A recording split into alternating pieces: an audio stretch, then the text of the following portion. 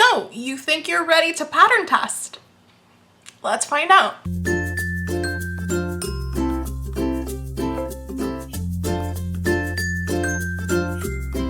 Hi everyone and welcome back to my channel. My name is Lori and I'm the creator behind Entre Tejidos Crochet. Today's video is about pattern testing. For this video, I have done a bit of research which is based on my experience both as a pattern tester and as a pattern designer, as well as I've included some little tips and tricks that I have come up with, as well as asked a few of my friends on Instagram to add into. There is a process to this video and I'll try my best to divide it into chapters just like I divided because we went fancy. I made a PDF, well not a PDF, but a presentation so that I can keep on task and not be all over the place. So let's get into that. Let's start off with very basics. We went into like crochet 101 territory here. What is pattern testing? Pattern testing is the process for which a designer who has designed this pattern makes the pattern market ready. And what I mean by market ready is that it's ready to publish. It's ready for if they're gonna sell it on Etsy or post it on their website. It's just, you know how in school or in college, remember when our like English teachers would say like, oh, give your essay to someone else so they can read it and like point out anything that needs to be clarified. Well, yes, that's what pattern testers do. They go over the pattern, they make the pattern, and then they offer any sort of insight. These testers are an extra set of eyes on your pattern. You will not believe how many times I've gone over my own patterns that I think that it's like, oh my goodness, this is like so perfect, I'm not gonna have it tested. And then there are a bunch of typos and a bunch of like, wait, what are you trying to say here? This also comes from the fact that as we're designing this pattern, our brain sort of like registers like, oh yes, this is okay, like it makes sense, okay, good. So that when you go again over your own pattern and you read it, it's like, yeah, boom, boom, boom, that works out great. But when it gets into like someone else sees the pattern, tries to do it, it's like, what were you even trying to say here? So that is what pattern testing is. This next part, I will talk about pattern designers and pattern testers and what each sides of the pattern testing story or journey should require and or expect.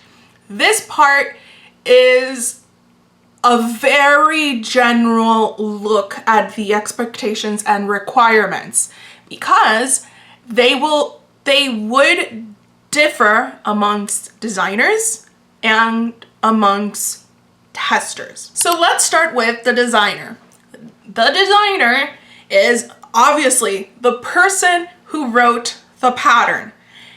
They are the person who is having the pattern tested. Usually, but this is not always the case. Usually, the designer offers their pattern as compensation for their tester's time, effort, and help. I have yet to find a designer who has not done this.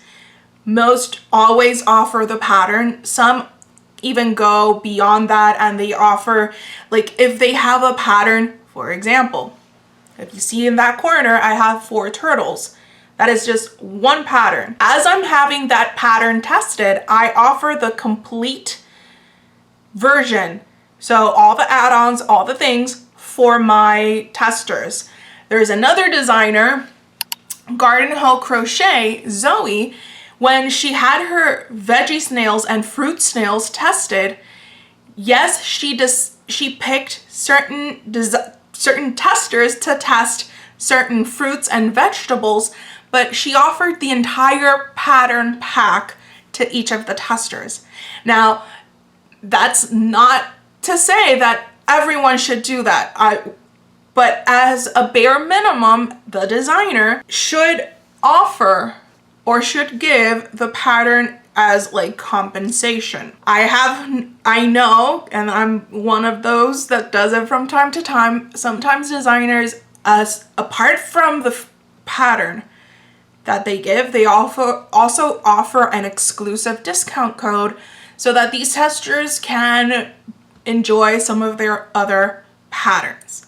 Again, that's not always. At the bare minimum, you get the pattern you tested free. One thing designers expect is for testers to be engaged and for testers to show their appreciation by means of like hyping the pattern out. But one key thing is the designer should be the first one hyping up their own pattern. It is not the tester's job to hype up a pattern that the designer is not hyping up. This being said, most tester calls do go on Instagram, and I believe the reason for this is because yes, we can have like everything saved on a post, and from there we can click on each of the profiles to see their work. As a personal info, I don't pick testers based on followers. I do pick testers based on what they could bring to the table, what they have made, what they are featuring on their Instagram. I also don't go by like, oh, you need to be posting every single day. No, you post on your own time. My go-to is, are your pictures good? And we'll get into like picture taking further down the road. What designers should require or expect when the whole pattern testing thing is going on. Now, what about the testers? This is the person actually testing the pattern. They should adequately test the pattern.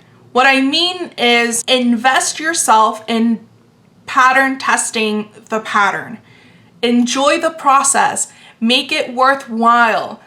What I mean by this is I have had testers, and I at one point was that kind of tester that I would just like, oh, it's going to be a turtle. Okay, so this is how you make a turtle, and not really pay attention to why the designer made this pattern with this, like in this sequence, or why they, instead of, I would try to like interpret what I was reading and, oh, this is what they mean.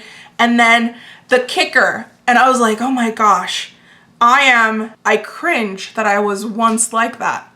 But hey, you learn with experience. I did not find any issues. Your pattern is great.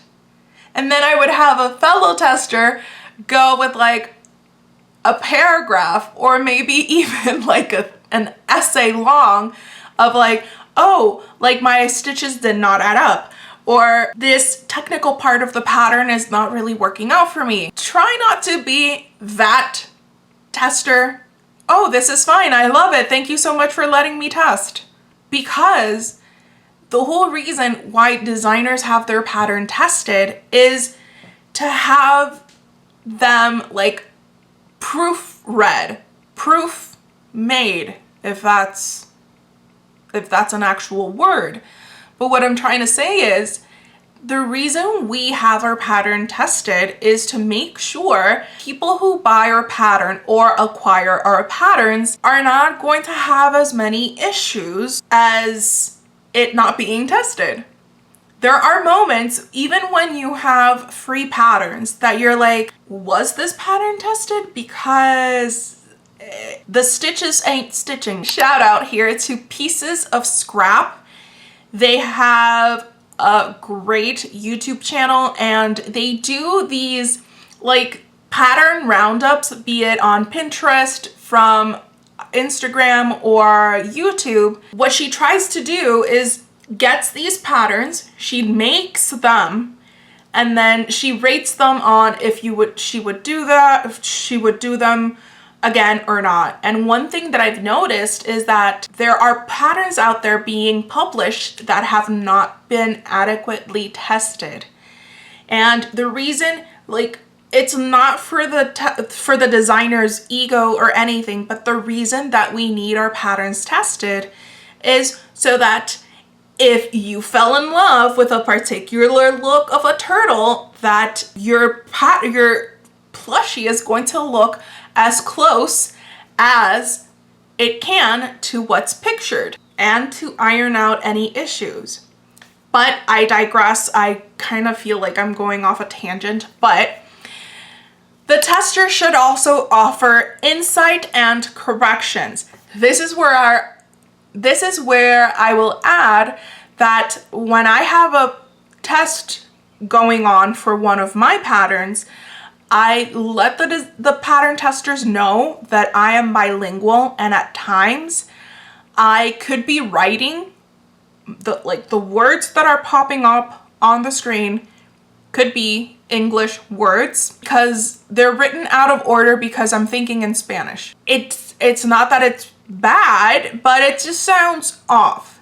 So that's one thing that I ask my testers to do. To like, hey, if something sounds off or something needs more explanation, just let me know, I'll fix it. One other thing would be typos, you know, stitch counts, round counts, things like that could further better the pattern. The tester should provide photos as evidence. This is also up to the designer, like what they require. At times I've tested patterns that they don't require you to submit like a final photo, but more often than not, you do. It doesn't have to be like this state-of-the-art setup.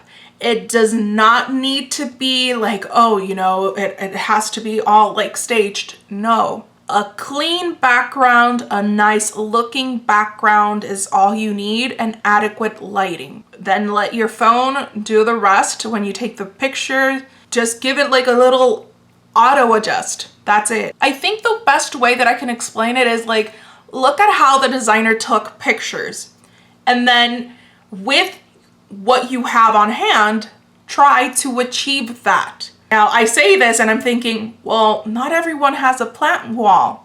Because if you've seen my pictures, I have this wall where I have some shelves that are full of plants. Not everyone's going to have that. But wait, I do have a wall where I can take pictures that offer lighting from the top, from the side, and from the back. I don't have a plant wall, but I have that going for me. That's one tip. The other way is you don't need to go outside. Again, find a nice clean wall, well-lit wall, or part of an area in your house or space where you can take these pictures. If you have a yarn thingamabobber, cubby holes, use that. As long as the photo is well lit, your photos are going to stand out.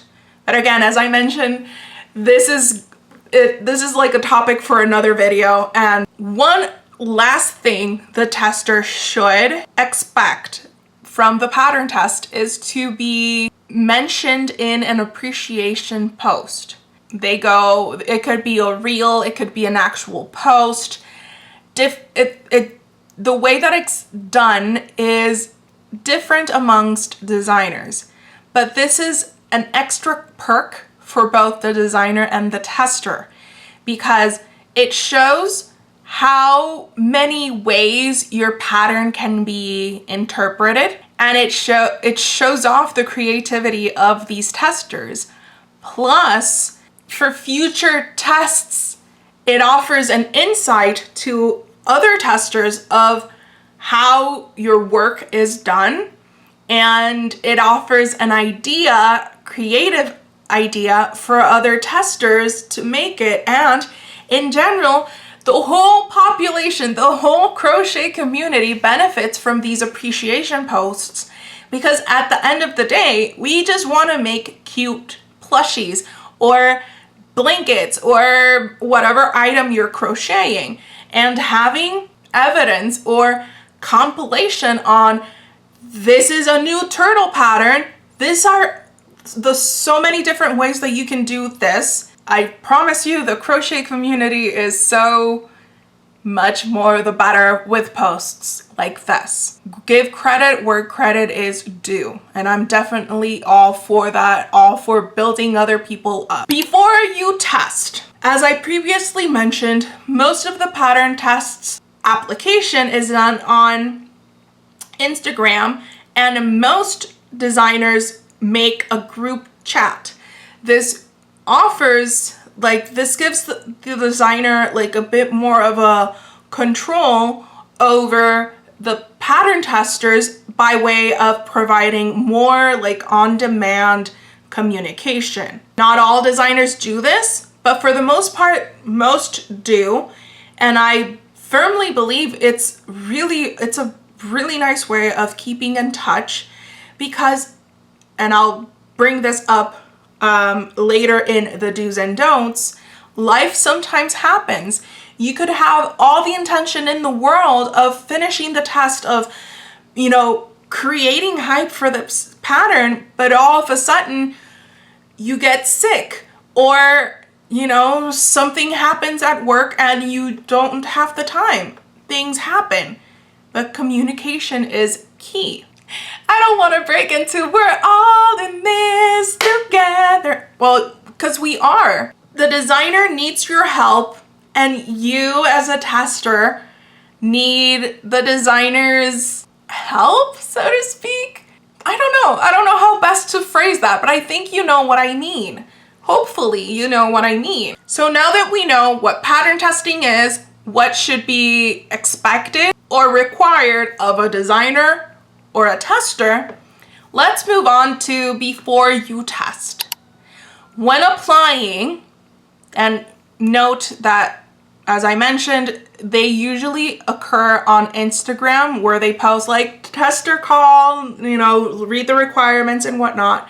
But there have been other ways, like some people ask their Patreon members, or they have a Google Sheet or a Google Doc that you fill out, or a questionnaire that you fill out. When applying, make sure you have the time and materials to complete this test.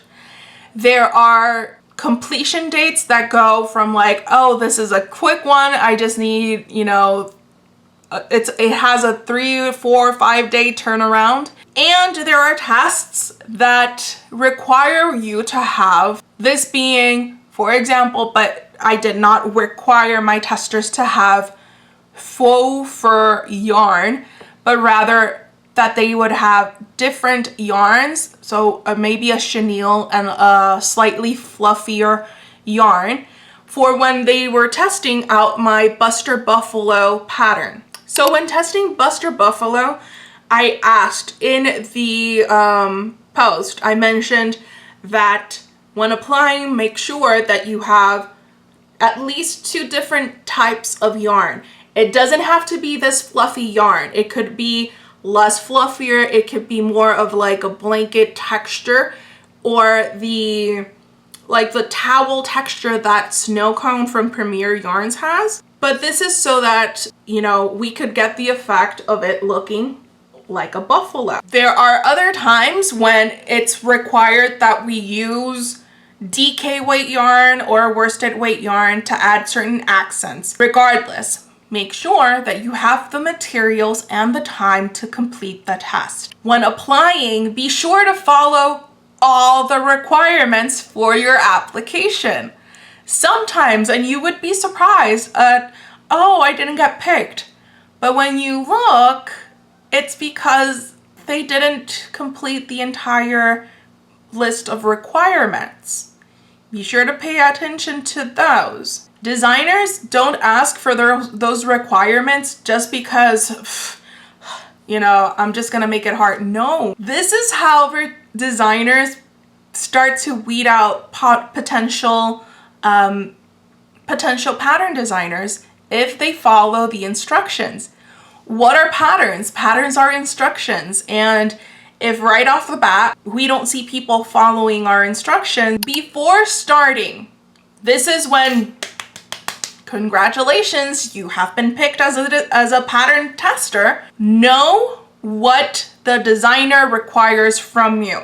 What they require ranges from, I just ask for a final photo and for you to share when the pattern goes public, to, oh, a final photo, and then like share to your stories and like overall hype the pattern. Requirements sound like, oh, like if you don't do this, you're not gonna get the pattern. The only way that you cannot get the final copy of the pattern is if you do not complete the pattern test, if you ghost the designer. Those are like two ways that you will not receive the pattern at the end of the testing period. But it's not an exhaustive sort of list. Like my brain saying like, oh, but what if you're wrong and whatnot? Again, this is all that I know up to this point. You know what? If you agree, disagree, just comment down below. And then people who find this video might be able to further expand on the whole conversation. I'm trying to give you the basics of pattern testing and titles. Different designers require different things. So going back to, you've been picked, make sure you know what the designer asks from you, and to have open communication. I can't stress this enough. There have been times when I've had designers ghost me. Isn't it the other way around? Yeah, it does happen the other way around, where you have like this, you know, amazing group of co-testers and you're having an amazing time, and it's like the designer fell off the face of the earth. Then we have the testers who ghost you. If you have an issue, even if you have an issue with someone within the tester group, because yes, the crochet side of things is not exempt from having crochet drama, but if that happens, take it up with the tester, or the tester mentions it to the designer and vice versa. But having communication is key. I don't understand it. I don't know if it's user error or what. Bring it up in the group, bring it up with the designer like directly, but be sure to have open communication and kind communication. We're dealing with written words, and sometimes how we organize our words can kind of sound off, but I'm not gonna get into that, because then we'll get into like this whole language sort of class, and this is not a class. It's turning into like a TED Talk. Trust me, we're almost done. So when you're testing, what should you do? Take notes. Taking notes can be done in a lot of different ways. It can be written. I prefer grabbing a notebook with a pencil and writing things out. If you're more techie, you can write on a tablet or write on, like most designers use Canva or Google Docs. Type it in, but take notes. What notes should you point out? Write down the due date, when the pictures and notes are due, and when the pattern is going to be released. Write down what materials you used. Half the time when I'm making, or actually more than half of the time when I'm making my patterns, I make them using Parfait Chunky yarn. I've had designers do the same exact pattern with blanket yarn or with worsted weight yarn. Just write down what you used so that the designer and anyone else who sees the pattern knows, oh, that's how it's going to look if I use worsted weight yarn. One other thing that you should take into consideration when taking notes is to elaborate on items that need clarifications. What I mean by this is that at times certain patterns will require special stitches. More often than not, the designer will try to write out the instructions and or provide a YouTube tutorial on how to do that particular stitch. Point out typos and grammar issues. Again, as I mentioned, being bilingual, this happens a lot.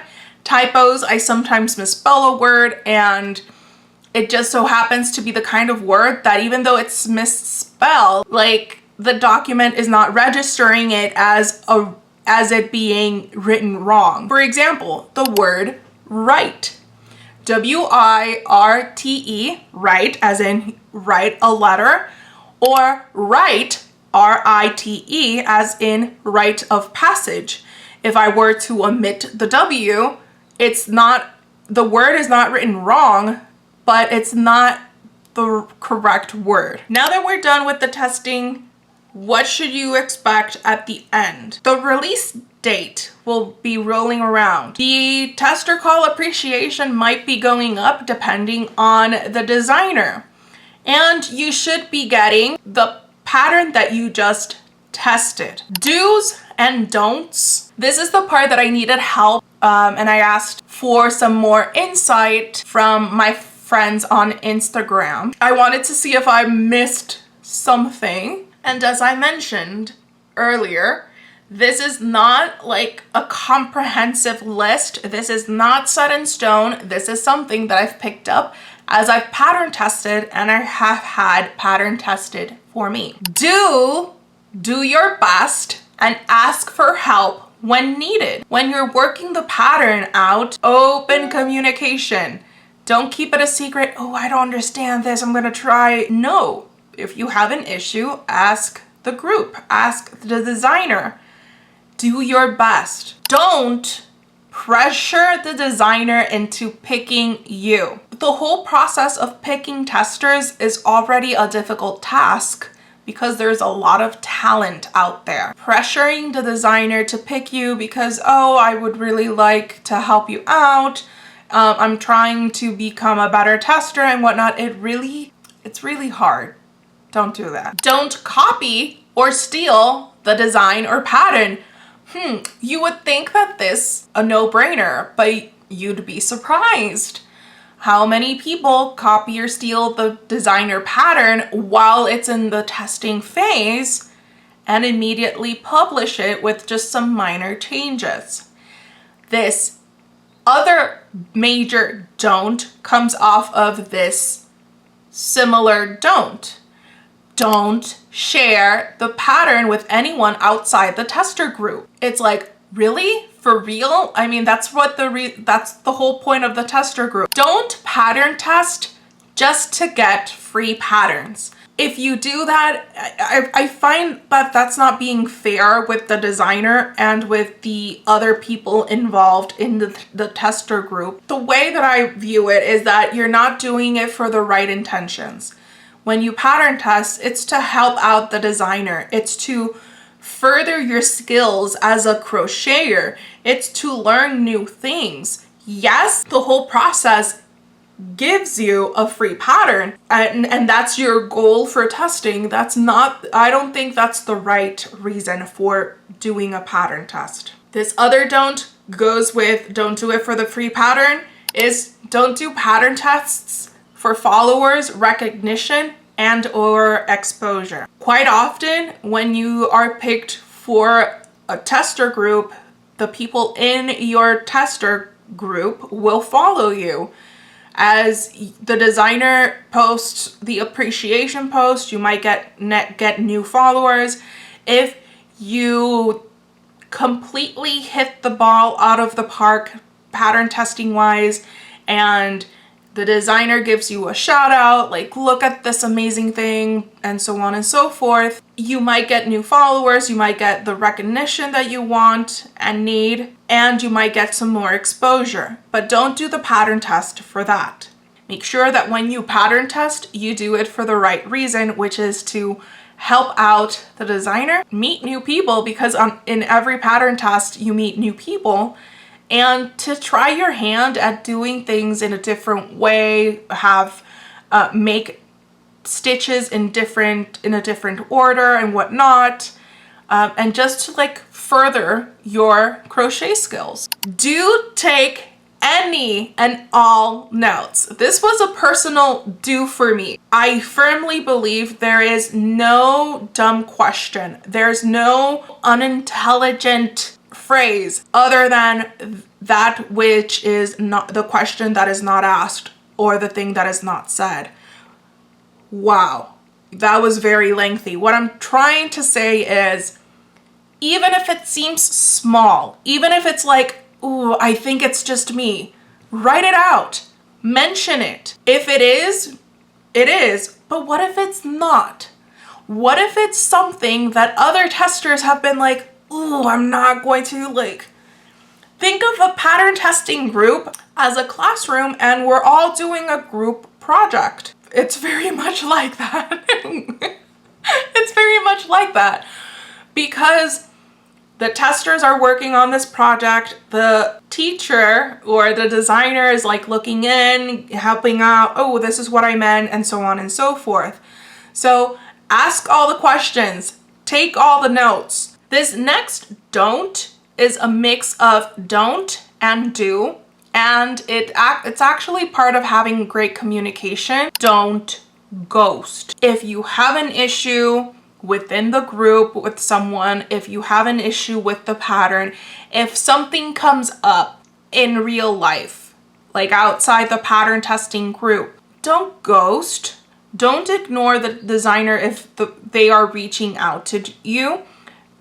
Just say like, hey, I'm not gonna finish the pattern because of this, but open communication. Do have great communication and kind communication. I know there have been moments from other pattern designers where the pattern testers brought up a certain issue and it hasn't been done in the correct way or with the correct words. You know, behind these Instagram accounts, behind these accounts, we are human. We do have feelings. We do have other situations going on around these pattern tests. So communication, kind communication is key. Do take several good photos. Don't just limit yourself to getting the plushie, snapping a picture. That's it. Get creative. Take a picture. This is actually my AC controller. Take a picture. Okay, I took it at this angle. Ooh, wait, I have this other spot over here and I could put him like here. Yes, I just did like the sound. But try it and take it at different poses. Several good photos being that they have good lighting, that there aren't any messes in the background, because I've seen some things when people have taken photos. Final photos. Do create hype. If you loved the pattern or the plushie so much that you just had to apply for this pattern test and you were waiting with bated breath to see if you were accepted or not, carry that out throughout the entire pattern test. So do create the hype. Do create, if you can, make multiples of it. Fall in love with the pattern. Again, don't do it for the free pattern or the recognition or anything. Just do it for the love of crochet. Oh my goodness, that could be so awesome for like a shirt. Do complete the test as a noob. Different pattern tests are geared towards different skills.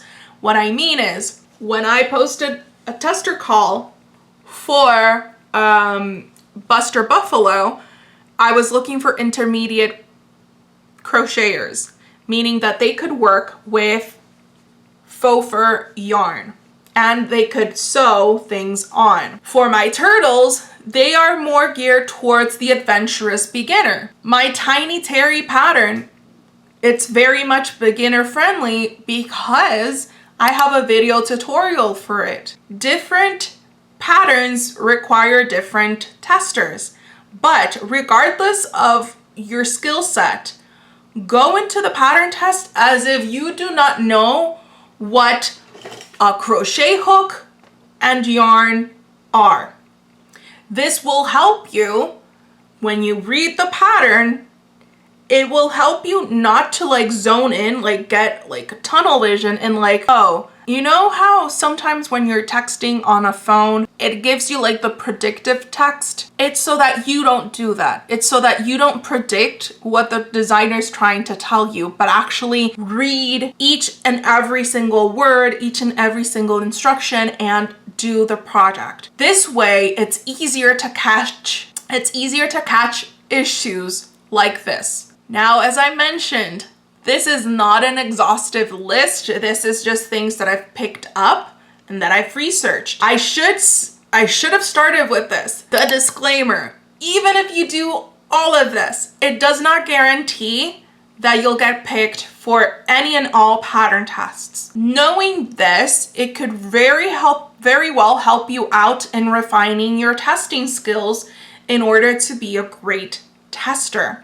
You might even get callbacks. You might even have like this designer that just loves how you test, and before the tester call is up, they're like, hey, could you test for me? I have several designer friends that do that. And I'm not here like tooting my own horn. I know that part of the reason for that, apart from having like a, friendship with them, part of the reason for that is that when I take my notes, when I look at the pattern, I go through it with a fine-toothed comb. And this is a nice segue into this part. How, as a pattern designer, I'm a pattern tester. And as I'm filming this video, I am doing both at the same time. I'm having my turtle tested, and I'm testing for a Sailor Saturn doll. So you might be thinking that I'm a designer, I can very well just make the pattern. Yes, I can, but I will not have the same creativity other designers will have. The whole purpose of being in like this crochet world is to help each other out to make the world a better place with our creativeness and like the creativeness that we input into crocheting. It's to build each other up. It's to try out new things, explore new yarn. The way I see it, I pattern test the way I would expect pattern testers to do for me.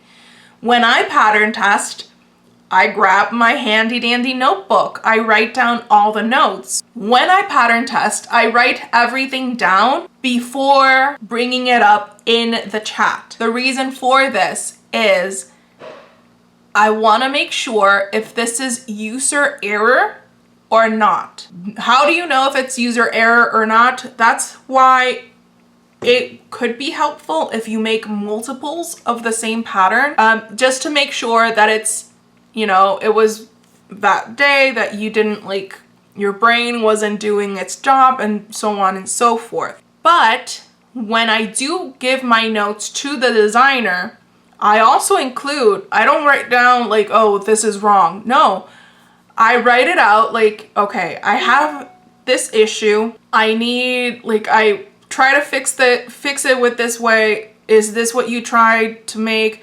In a way, it's like having a conversation. My notes are very much like having a conversation with the designer. That way, when the designer is going over the notes, they can have a better understanding of, wait, yeah, so I thought I explained it correctly, but it turns out I didn't.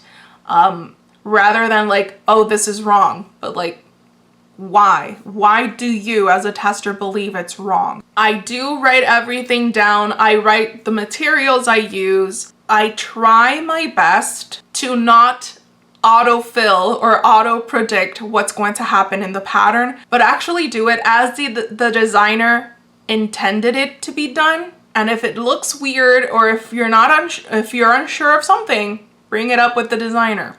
Bottom line, communication is key. By following all of these, you not only might get picked for a pattern test, and if you do, hooray, but sometimes we designers, we have our connections. Sometimes we have a tester call and we're not sure of a particular person. Sometimes we ask around. Hey, I noticed, and this is where tester appreciation posts help a lot. I noticed this account tested for you? How was their feedback? So word gets around. We have reached the end of this video. And as with everything, I kinda don't know how to like close it off, except with saying, if you agree with anything I mentioned in this video, if you don't agree, if there's something I forgot, add it in the description, not in the description box, add it in the comments down below. This way we can make the world or make pattern testing easier for both the designer, or actually there's 3 parties in the pattern test: the designer, the testers, and the people who will receive the finished pattern. Remember, as always, if you liked this video, please hit the like button, subscribe if you already haven't done so. We talk about crochet, scrapbooking, a little bit of everything in between. And yeah, if anything, I'll see you back soon in another video. Thank you so much for joining me again. I really appreciate it. Bye.